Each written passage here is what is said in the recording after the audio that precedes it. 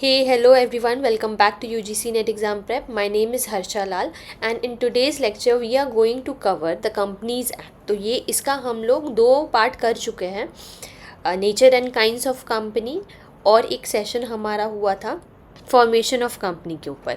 इस सेशन में हम लोग क्या करेंगे, कंपनी का मैनेजमेंट। तो कंपनी के मैनेजमेंट में क्या क्या हो रहा है, directors, appointment of directors, duties, उनका डिसक्वालिफिकेशन पावर्स, ये सब हम लोग इस सेशन में अपना कवर करेंगे। सो विदाउट वेस्टिंग टाइम हम लोग स्टार्ट करते हैं अपने इस सेशन को। सो देखिए, तो डायरेक्टर कौन होता है एक कंपनी का। So according to Companies Act 2013, director is a person which is appointed by the board of company. जो बोर्ड मेंबर्स है कंपनी के, वो लोग अपॉइंट करते हैं डायरेक्टर को। डायरेक्टर इज़ इलेक्टेड और appointed to manage and supervise the affairs. तो इसका मीनिंग में ही ये आ रहा है कि डायरेक्टर एक ऐसा पर्सन है जो इलेक्ट किया जाएगा बोर्ड ऑफ कंपनी के द्वारा, and he is going to manage and supervise all the affairs of the company. ठीक है, जितना भी काम काज है बिजनेस का, कंपनी का, वो डायरेक्टर ही सुपरवाइज करेगा।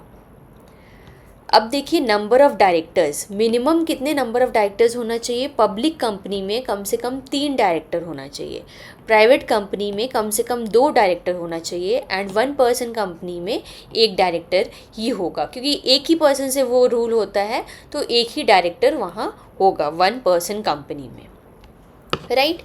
अब हम लोग आगे बढ़ते हैं। मैक्सिमम नंबर ऑफ़ डायरेक्टर्स देखिए कितना होना चाहिए। कंपनी का मिनिमम हमने देख लिया, अब मैक्सिमम है कि 15 डायरेक्टर होना चाहिए।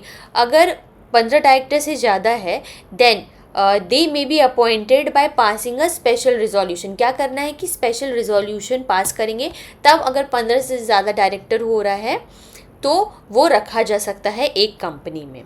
अब हम कैसे और इंक्रीज़ कर सकते हैं नंबर ऑफ़ डायरेक्टर्स को। पब्लिक कंपनी में या फिर प्राइवेट कंपनी में जो डायरेक्टर्स का नंबर है can not be increase without the approval of the central government. तो पहले मुझे सेंट्रल गवर्नमेंट का अप्रूवल लेना पड़ेगा, तभी जा कर के हम पब्लिक या फिर प्राइवेट कंपनी में बियॉन्ड द लिमिट हम लोग मतलब डायरेक्टर को अपॉइंट कर सकते हैं, ले सकते हैं, एंड एक रिजोल्यूशन भी पास किया जाएगा अगर ज़्यादा डायरेक्टर्स को अपॉइंट करना है तो। अब हम लोग देखते हैं अपॉइंटमेंट ऑफ डायरेक्टर्स, कैसे कैसे अपॉइंटमेंट का प्रोसेस होता है। फर्स्ट ऑफ ऑल हम लोग देखेंगे कि appointment of first directors. So the first director are appointed as provided in the articles of association. जैसा ही आर्टिकल्स ऑफ एसोसिएशन क्या था कि जो बायलॉज लिखा हुआ है कंपनी का, जितना भी इंटरनल फंक्शनिंग है कंपनी का, वो लिखा जाता है आर्टिकल्स ऑफ एसोसिएशन में। सो फर्स्ट डायरेक्टर जो अपॉइंट होते हैं, he should be appointed as per the articles of association. अगर आर्टिकल्स ऑफ एसोसिएशन वो चीज़ स्पेसिफाई नहीं करता है, then the subscribers to the memorandum are deem to be the first director. तो अगर आर्टिकल्स ऑफ एसोसिएशन से कोई अपॉइंट नहीं हो रहा, तो कैसे अपॉइंट होगा, वो अपॉइंट होगा जितने भी सब्सक्राइबर है मेमोरेंडम ऑफ एसोसिएशन के, वहाँ से अपॉइंटमेंट होगा फर्स्ट डायरेक्टर्स का, until directors are duly appointed.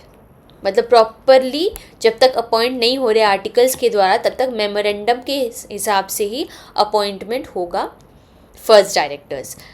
Then appointment of subsequent directors कैसे अपॉइंट होंगे, in the annual general meeting होगा, उसके बाद डायरेक्टर्स का अपॉइंटमेंट होगा।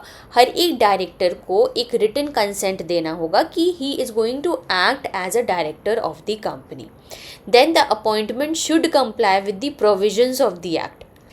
जो पर्सन एम्प्लॉय हो रहे हैं, है ना, उनको क्या करना है, उसको पूरा rules and regulations, provisions act का मानना पड़ेगा, एंड और आर्टिकल्स ऑफ एसोसिएशन को भी उससे मानना पड़ेगा। तो प्रोविजंस भी, जो भी कंपनी का प्रोविजंस लिखा है उसे मानना है, एंड आर्टिकल्स ऑफ एसोसिएशन में जो भी मेंशन है उसे भी मानना है, तभी अपॉइंट कर सकते हैं हम लोग सब्सिक्वेंट डायरेक्टर्स को। फिर आता है रिटायरमेंट बाय रोटेशन। तो ये वाला हम लोग समझते हैं, ये एप्लीकेबल है पब्लिक कंपनी में, and at least 2/3 of the company director, तो 2/3 of the total number of directors shall be directors liable to retire by rotation। मतलब 2/3 है डायरेक्टर्स, वो लोग अपॉइंट किए जाएंगे और वो लोग रोटेशन में अपना होल्ड करेंगे कंपनी में position as a director. Then 1/3 of rotational directors retire at every AGM और वो लोग एलिजिबल है रीअपॉइंटमेंट के लिए. अब इसको एक एग्जाम्पल के थ्रू हम लोग समझते हैं. मान लीजिए एक पब्लिक कंपनी में 9 डायरेक्टर्स है, ठीक है. तो एटलीस्ट 6 डायरेक्टर्स, मतलब 2/3 ऑफ 9, वो हो गए 6 directors must be the rotational directors. And अब वो 6 का 1/3 यानी कि 2 of the rotational directors retire at every AGM. तो हर एक एजीएम में वही 6 में से 2 रिटायर होंगे. एंड अगर एजीएम में ऐसा माना गया, फिर शेयर होल्डर्स मान रहे हैं कि उस पर्सन को फिर से अपॉइंट किया जा सकता है, तो फिर से अपॉइंटमेंट हो जाएगा. तो शेयर होल्डर्स का रजामंदी से फिर से अपॉइंटमेंट हो सकता है रोटेशनल डायरेक्टर्स का, जो लोग रिटायर कर रहे हैं. Then right of a person to stand for directorship. एक पर्सन, एक रिटायरिंग डायरेक्टर है, वो इलेक्ट हो सकता है एक डायरेक्टर की जैसा, अगर वो प्रोसीजर पूरा फॉलो कर रहा है according to section 160.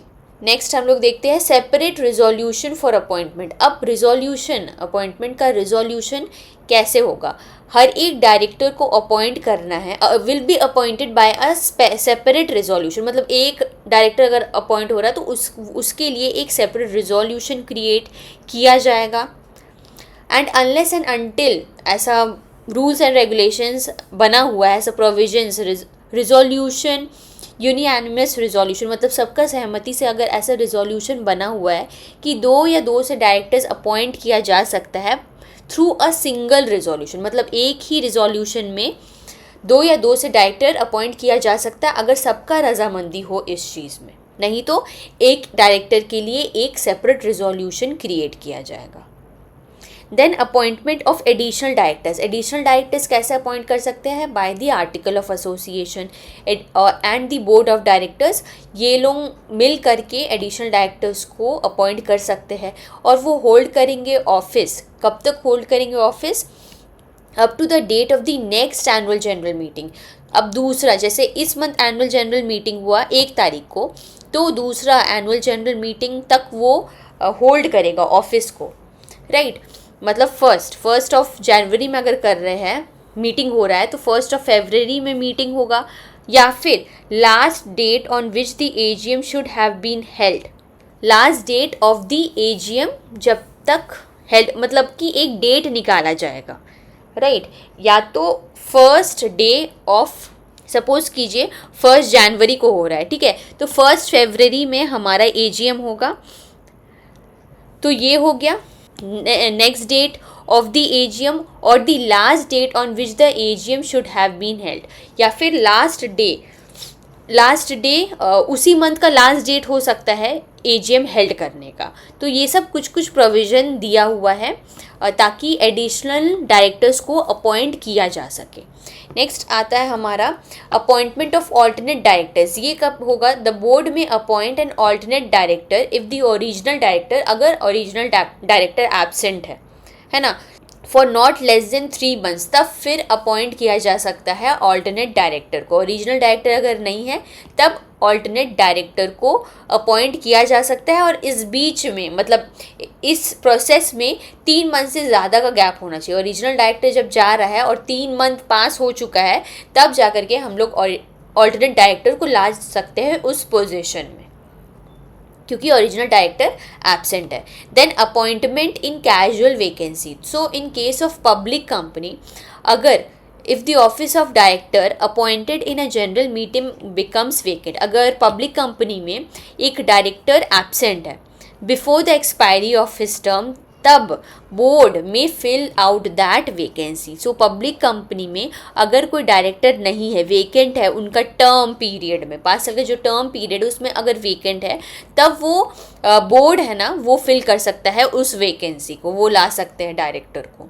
Nominee director कौन होते हैं? वो एक ऐसा डायरेक्टर होते हैं जो कि अपॉइंट किए जाते हैं एक बैंक के थ्रू अपॉइंट हो सकते हैं या फिर फाइनेंशियल इंस्टीट्यूशन या गवर्नमेंट अपॉइंट कर सकते हैं उनका खुद का फाइनेंशियल इंटरेस्ट को शो करने के लिए. This is permitted only when the articles of association is providing it और it is required under any law और अग्रीमेंट. तो सपोज़ कीजिए ABC लिमिटेड है, वो लोन ले रहा है एक बैंक से, तो बैंक एक नॉमिनी डायरेक्टर अपॉइंट कर सकता है जो उनका इंटरेस्ट के लिए काम करे. He is not there to be in favor or represent all the shareholders, he is just there to represent the bank interest. तो ये हो जाएगा हमारा नॉमिनी डायरेक्टर. अब ड्यूटीज़ ऑफ डायरेक्टर देखते हैं. The act provides for various duties. पहला है कि जो डायरेक्टर रहेगा उसको कंपनी के हिसाब से, कंपनी का आर्टिकल्स के हिसाब से काम करना पड़ेगा.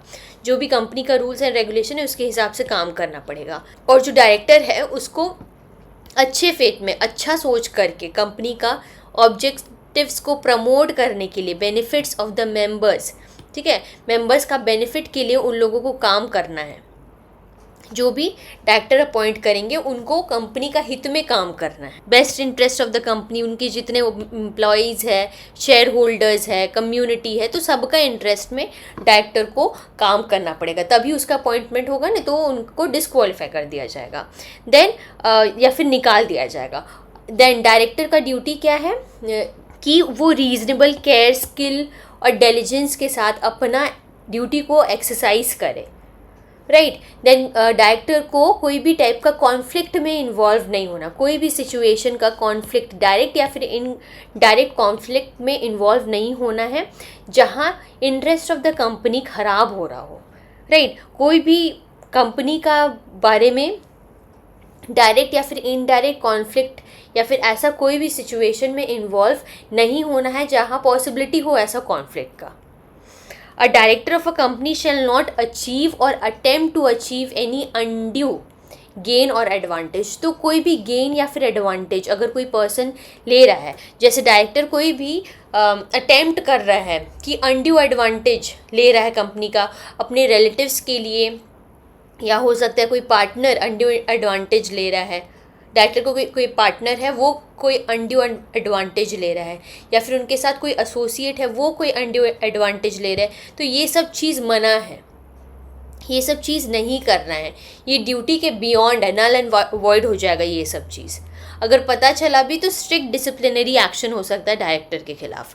अ director of a company shall not assign his office. अब वो अपना ड्यूटी किसी और को अजाइन नहीं कर सकता. सपोज कीजिए एक्स डायरेक्टर है तो वो वाई को अपना ड्यूटी अपॉइंट नहीं कर सकता है कि वो लिख करके दे दे कि आप मेरा ड्यूटी होल्ड कर लीजिए इस टाइम पीरियड के लिए. तो ऐसा नहीं होगा जब तक आर्टिकल्स वगैरह में changes and proper resolution pass नहीं हो जाता है. तो ये अपने आप ही वॉइड, नल एंड वॉइड हो जाएगा ये situation. Right. Now let us look at the disqualification of director. कब डायरेक्टर को डिस्क्वालिफाइड है, ये लोग डायरेक्टर नहीं बन सकते हैं. कब? जब वो अनसाउंड माइंड, उनका दिमाग ठीक से चल नहीं रहा है, बैलेंस्ड नहीं है, एंड अनडिस्चार्ज, इंसॉल्वेंट है, डेट बहुत ज़्यादा है उनके ऊपर, वो डायरेक्टर नहीं बन सकते हैं. एडजुडिकेटेड इंसॉल्वेंट नहीं बन सकते हैं. कोर्ट से अगर कन्विक्टेड है तभी भी नहीं बन सकते हैं. और अगर उनको इम्प्रिजनमेंट हो गया है then in that case even he is not going to become a director. और अगर कोई ऑफेंस कर रहे हैं और उसका पीरियड 5 साल से ज़्यादा नहीं हुआ है from the date of expiry of such sentence, मतलब सपोज कीजिए अभी से 5 साल नहीं बीता है उनका इम्प्रिजनमेंट को, तो भी वो नहीं बन सकते हैं डायरेक्टर. तो ये सब रिस्ट्रिक्शंस है, डिस्क्वालिफिकेशन हो जाएगा ऐसे अगर डायरेक्टर कोई बन गया. तो फेल टू पे कॉल ऑन हिज शेयर्स में अगर कॉल उन्होंने पे नहीं किया तभी भी फॉर द लास्ट 6 मंथ, तभी वो डायरेक्टर नहीं बन सकते हैं. अगर कोर्ट ने कहा है कि वो ऐसा कुछ फ्रॉडुलेंट एक्टिविटीज़ अपना रहे थे, ठीक है, इन प्रमोशन और management of the company, then also he is not going to become. और क्या है, कोई भी और डिस्क्वालिफिकेशन जो कि मेंशन्ड है आर्टिकल्स ऑफ एसोसिएशन में, उस हिसाब से डायरेक्टर डिस्क्वालिफाइड हो जाएगा. डिस्क्वालिफिकेशंस अगर कुछ मेंशन है, अगर उसका क्राइटेरिया में कोई आ रहा है कोई डायरेक्टर, तो भी वो डिस्क्वालिफाइड हो जाएगा. Now powers of directors, general powers कुछ है डायरेक्टर्स का कि उसको लीगली काम करना है कंपनी के लिए, and he must follow some of the guidelines, जैसे कि कंपनी एक्ट के हिसाब से काम करना है, आर्टिकल्स ऑफ एसोसिएशन के हिसाब से काम करना है, एनी डायरेक्शंस और restrictions given by this share holders. अगर शेयर होल्डर्स कोई भी रिजोल्यूशन पास करके कोई रिस्ट्रिक्शंस लगा रहे हैं शेयर डायरेक्टर्स के ऊपर, तो वो डायरेक्टर को मानना पड़ेगा। तो ये जनरल पावर्स है जो बोर्ड ऑफ डायरेक्टर एक्सरसाइज कर सकते हैं अपॉन दी डायरेक्टर्स, है ना। The board of directors has the power to do all the acts and things that the company is legally allowed to do. वो सब चीज़ कर सकते, he is allowed to do legally, but only if all these conditions are met, कि company act follow करना है, AOA को follow करना है, और अगर शेयर होल्डर्स कोई भी रिस्ट्रिक्शंस लगा दिए है रिजोल्यूशन पास करके, तो उस चीज़ को भी मानना है। स्पेशल पावर्स है कुछ कुछ डायरेक्टर का, to fill up the casual vacancies, unpaid calls है तो उसको मंगाना फिर से, बुलाना फिर से, ठीक है, कॉल्स करना, to issue the debenture, borrow करना कोई भी money in any form, invest करना फंड्स को, देन लेंड करना money, enter into a contract for the company, ये भी डायरेक्टर कंपनी के बिहाफ में करेगा, right. To appoint the managing director, ये भी करेंगे डायरेक्टर का पावर, स्पेशल पावर्स। और एक अगर पब्लिक कंपनी है और उसका शेयर कैपिटल 5 करोड़ से ज़्यादा है, तब उन्हें क्या करना है, ऑडिट कमेटी बैठाना है बोर्ड ऑफ डायरेक्टर्स का। ये याद रखें कि पब्लिक कंपनी होना चाहिए और उनका 5 करोड़ से ज़्यादा शेयर कैपिटल होना चाहिए। तो ये भी आ जाएगा हमारा special powers of director, right. So this was all about today's lecture. I hope you like the lecture. अगर आपको कोई भी डाउट हो, कोई भी क्वेश्चंस पूछना हो, you are free to comment that down. I would love to give a reply to that. अब हम लोग मिलते हैं नेक्स्ट लेक्चर में। Till then take care, keep studying.